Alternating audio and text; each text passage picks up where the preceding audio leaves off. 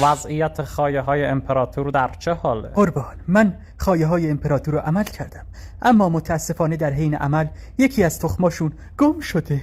آخه چطور همچین چیزی ممکنه؟ من یک پیشی گربه دارم، حواسم نبود و اون ناغافل یکی از تخمای امپراتور رو خورد. اگه امپراتور بفهمن همه ما رو مکنن. همین الان یه دونه پیاز به جای اون تخم گم شده بذارید و خیاچالشون رو بدوزید. بله قربان. وزیر اعظم، ازت یه سوال مهم دارم. لطفاً بپرسید سرورم. میگم مخترع کازه توالت ناراحت نمیشه ما همش میرینیم توی اختراعش؟ به یه خیار گفتن چرا ته تلخه؟ گفت اگه خیلی ناراحتی بیا سرشو بخور. این سایت های فیلم سوپر چرا هر دفعه از من میپرسند بالای 18 سالته یا نه؟ کاسکشا، من 24 سال مشتری خودتونم. من تا حالا فکر میکردم اون میگه گیرت 18 سانته یا نه. منم میزدم نه و صحبه برام بسته میشد.